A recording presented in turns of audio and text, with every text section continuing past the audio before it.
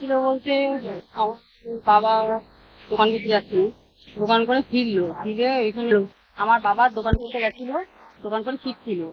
আমাদের পাড়ারই একটা ছেলে, জয়ব্রত অধিকারী তার নাম, আমি পার্টিতে আছি বলে আমার বাবাকে টের দেয়, দেওয়ার সাথে সাথেই বাবার গায়ে হাত ওঠে। এমন চটখাবত দিয়েছে যে মানুষটা টান দিয়ে যেন নিজেই বলি যে কান দর্দ করছে আর কেমন শরীরের মধ্যে হচ্ছে, মানে প্রেশার ওঠানামা করেছে কি কি যাই হোক হবে, বয়স্ক পেশেন্ট। এখন তাকে তখন সেই মুহূর্তে কোনো সমস্যা হয়নি।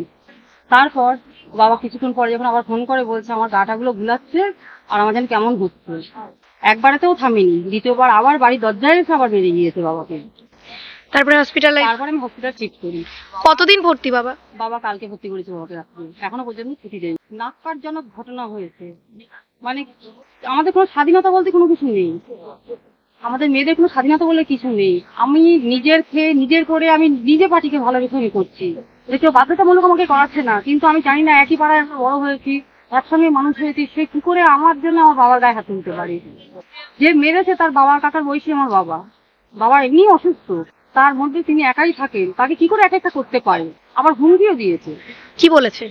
পাশের বাড়ি কাকিমা রয়েছে, তাকে তো মানে যা ইচ্ছা তাই ভাষা, সে আমি মুখে আর বলতে পারবো না, ভাষায় প্রকাশ করতে পারবো না আপনাদের সঙ্গে।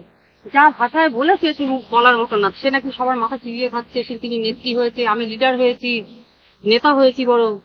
এখন আপনার বাবা কেমন আছে? এখন বাবা ভালো আছে, তো বললো ডাক্তার বললো যে যতই যাই হোক এখন মেডিসিন না দেখানো পর্যন্ত আমরা ছুটি কিছুতেই নিতে পারবো না। সার্জেন দেখে গিয়েছে, মেডিসিন আরেকজন ডক্টর দেখে গিয়েছে কালকে ভর্তি করলে যেদিন দেখেছিলেন, এখন বলছে 1 ঘন্টা ওয়েট করতে হবে, তারপর মেডিসিনের ডক্টর আসবে। অবশ্যই করব, কেন করব না, নারী সুরক্ষার জন্য আমি বিজেপি করব, প্রশাসনিক ব্যবস্থার জন্য আমি বিজেপি করব, জনস্বার্থের জন্য আমি বিজেপি করব, করবই, আমরা পদ্ম ফুটিয়েই ছাড়বো। ধন্যবাদ।